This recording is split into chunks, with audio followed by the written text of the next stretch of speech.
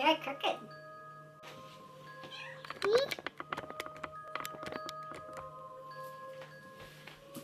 It still looks crooked. Sorry if it's crooked. Can be crooked. I'm pretty crooked.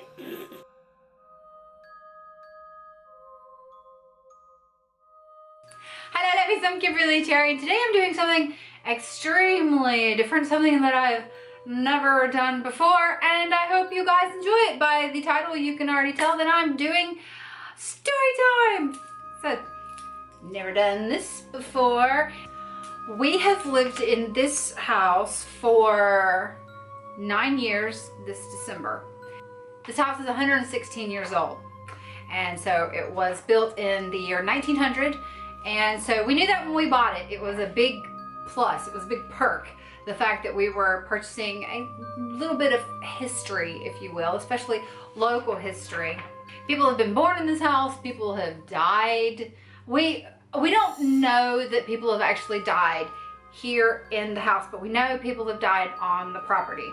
There was an older gentleman, actually I don't even know how old he was. He may not have been older at all now that I think about it, but he was killed underneath a tractor. A tractor flipped, and that was, from what we understand, just like right down there. The previous owners, while remodeling it, could not keep workers employed. I do believe that the majority of the hired help were Mexican Americans, and the previous owners were told by these workers that there were bad spirits in the house. From what little we understand, and of course our information is very garbled, as will usually be with a sale such as this. We never met the seller. Again, I digress. The husband came here to die after a long illness. I don't know if it was cancer or if it was, I don't know what it was.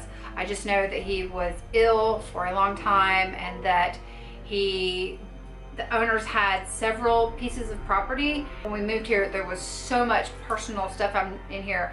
Clothes, pictures, medication. This was not just your typical vacation house. After the husband died, the wife never returned. Not for her clothes, not for her prescriptions, not for her pictures. We actually have family pictures that were left here, along with like everything in the house. The house went up for auction, and we had actually placed an offer on the house that was honored as a bid when the house actually went to auction. Everything else in the house was completely fleeced. I mean, the people who came to the auction, they stripped it of anything that was worth anything, including some things that were not worth anything, like custom made screens for the windows. These are not factory made windows. They were custom made screens, and those were taken. Anyways, that's kind of a sore subject, and I won't start on that because it has nothing to do with this story. But yes, we never met with the surviving owner, the wife. We never met with the wife. We never had any contact with her. So we never really understood why, other than the fact that we knew that this was a place that she had resided with her husband, and her husband had died. I don't think he died here, but again, I don't really know, honestly. So when we bought the house, honestly, hug yourself every time I say honestly in this video. When we bought this house, we didn't know very much about its history. We knew that it had been built in 1900. We knew it had been remodeled in 1996. That was pretty much all of the facts that we had. We knew that it had been resurfaced, if you will. It had been given a new facade with white vinyl siding, is how originally they remodeled it with. It was so beautiful. I loved it so much. But they discovered real quickly that a white house on a river is going to turn green every single year. That's just the nature of the beast, you know? So they redid it in brick. And so when we bought the house, it was this have a phone call. I'm in the middle of a task. Funny. Well, where was I? I don't remember what I was saying. When we bought this house, it was this large, impressive brick house with white columns. Unfortunately, we don't have very many pictures of what the house looked like prior to our purchasing it, other than the couple of pictures that was shown us during the purchasing process. So I wanted a haunted house. I really hoped that this house was haunted. That was something that I had always, I mean, from the time I was a little kid, I didn't believe, I didn't disbelieve. It was like, okay, whatever, sure, there can be ghosts. So when we bought this house, I was really hoping that it would have some inhabitants in it as well. And it did. We had raccoons and squirrels and very large mice, not rats. We actually never had rats here. There's a big difference between mice and rats. And I know the difference, having kept both as pets in the past. We had mice. And, but those are not the kind of inhabitants that I mean. I was hoping that there was some sort of spirit. So when odd things started happening, I wasn't frightened. Although to begin with, for the first probably year or so, it did feel the house had a very unhappy feel to it. Things stopped feeling creepy and menacing after one day. We'd probably been here for about a year and a half-ish. I had a major just freak out and started uncontrollably crying, and I yelled at him, well, what do you want? Why are you here? What do you want? You know, leave me alone. And since then, it doesn't feel near as mean. And maybe it was just that our occupant needed to be accepted. I don't really know. I have a list. Here's my list. I have a list of things that were really, really odd. Most of this stuff has greatly, the activity in this house has gone down big time since we've moved in. I don't know what that means. I don't know if that's, if you know, if our resident ghost is happy with us. I'd like to believe it's because we accept the fact that he's here. It's very much a male presence. His name is not Larry. There was this big joke and we called him Larry for a minute, and it just, the feelings that I got just was like, my name is not Larry. Okay, so then it became a joke that he was not Larry. We still don't know his name. I usually feel this presence when I am alone in the house. Nobody else here, which is a little annoying because I've had a lot of experiences here that no one else has been around to experience with me. But at the same time, because I know I'm alone in the house, it does nothing but solidify in my mind the fact that I'm not alone in this house, if you know what I mean. So things that have happened since we've been here. The biggest, most recurring thing, and you hear this a lot from people who experience paranormal stuff, was footsteps up in this room right above us right now. This is my oldest son's room. He's always lived in this room, and I would hear footsteps. Just all around. It's carpeted upstairs. There's absolutely no reason whatsoever that I would hear footsteps, and I'm not the only person to have heard those footsteps. And that includes Matt Man, who he's very skeptic. He doesn't disbelieve, but he doesn't believe, but he has heard the footsteps upstairs as well. I have pulled him into this room. Do you hear this? And he's like, huh, that's interesting. Also upstairs in that same room, my eldest son, that's his room, Kelton, has repeatedly, over the years, I can't count how many times he has said to me that when I woke up this morning, my blinds were pulled. To be fair, Kelton has been known to sleepwalk, but over and over and over again, he closes his blinds before he goes to bed, and in the morning when he wakes up, his blinds are up. So there's that. That on top of the footsteps, yeah. A little odd. Another thing, and I know this is something else that a lot of people experience with haunted houses. So with haunted houses, like I disbelieve. Things going missing. And when I say things going missing, I mean things that you keep a hold of, that you know where they are all the time and go missing for days. Specifically, and this is the big juicy part of the story, my smartphone, and this is about 4 or 5 years ago, my smartphone went missing for 3 days. 3 days. I tore this house apart looking for my smartphone, going, where is it? What have I done with it? Looking at 3 days I spent tearing this house apart looking for it. And then on the 3rd day, mid-morning, I found my phone sitting on the foot of the bed. Same bed, my bed that Matt and I had slept in for the past, 2 nights before my phone went missing, sitting there on the foot of the bed. That was the biggest, like, ding. What? Okay. Other things that were early on, I've seen bright lights in very dark spaces. And this was probably maybe a year, maybe 2 after we had moved in. We were here in this room, myself and Matt were in this room. It was completely different. It was not set up. It was not my studio. As a matter of fact, I think at the time it was the library before we moved the library over across on the other side of the house. And I was in a chair, and there was this, brilliant bright light coming out of the hallway, and I was reading. I didn't think anything of it at all. I thought the sun was coming in through we have a glass sliding, not a glass sliding door, just a glass door.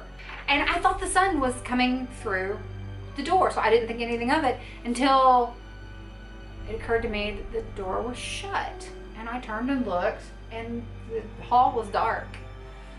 There was no light, the door was shut. One of my favorite ones happened probably, again, this was probably, see, we've been here 9 years, so this was probably about 5 years ago, 4 or 5 years ago, 4 to 6 years ago, we'll say.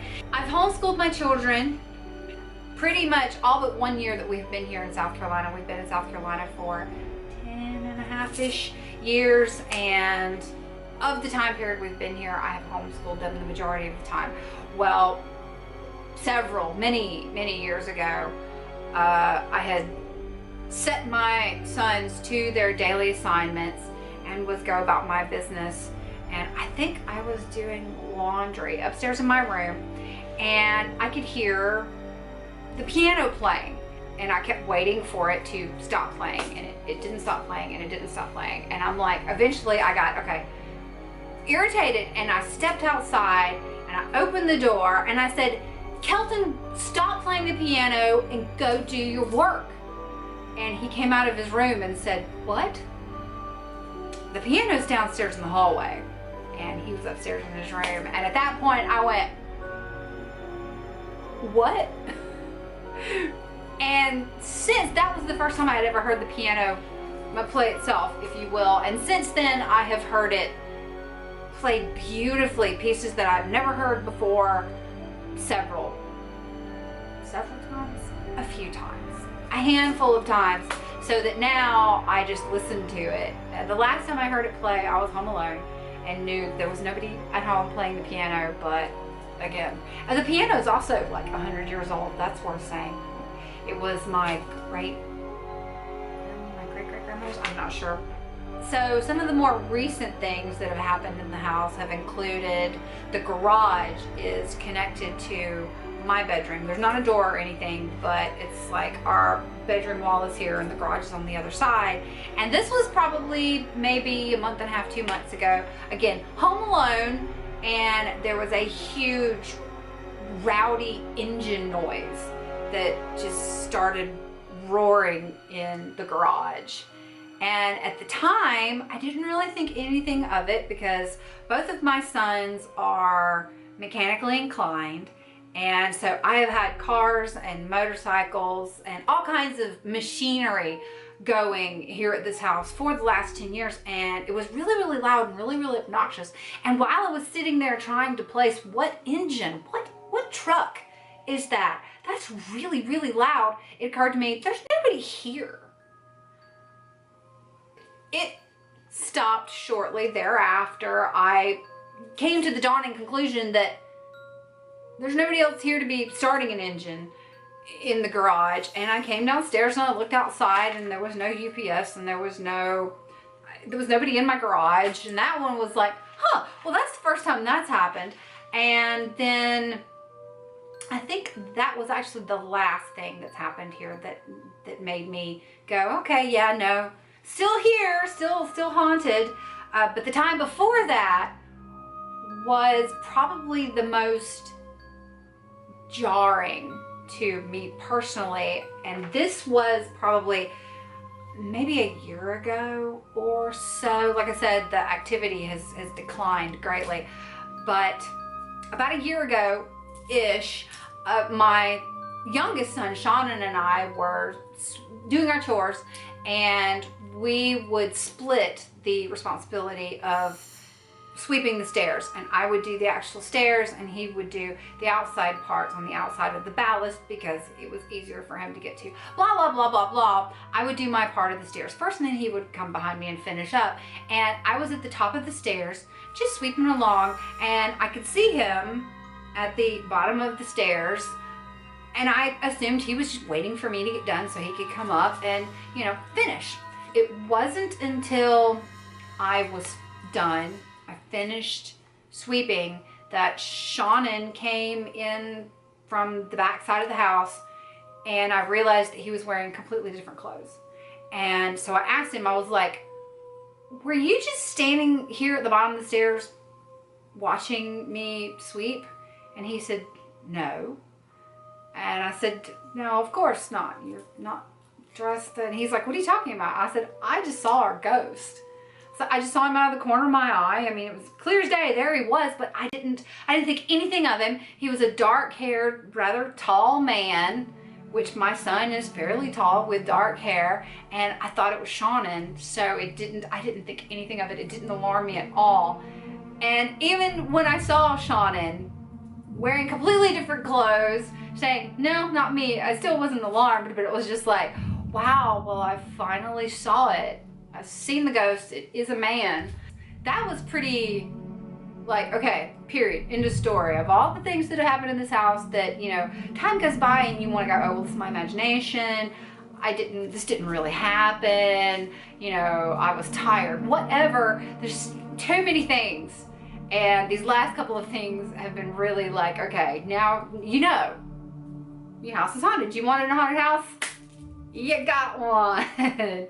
We have had neighbors point blank ask us, is your house haunted? And long before we ever lived in this house, there were rumors circulating in the neighborhood concerning the hauntings of this house.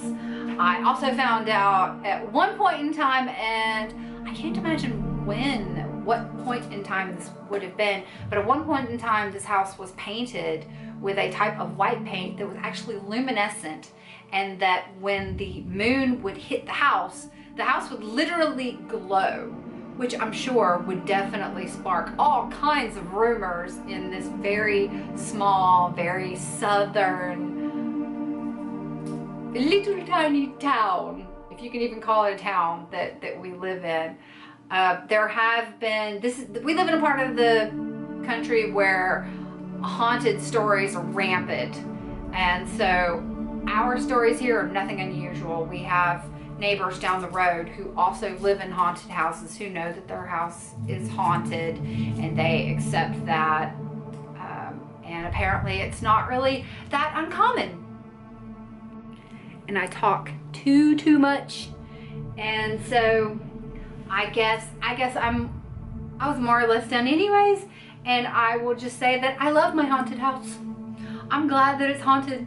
I hope it stays haunted forever, unless it means that my occupant is unhappy, in which case I do wish that my ghost would move on to the next world and be at peace. That would be better than me living in a haunted house. But all the same, I've thoroughly enjoyed you. Come, stay, whatever you like. That's it for this video. I can't think of anything else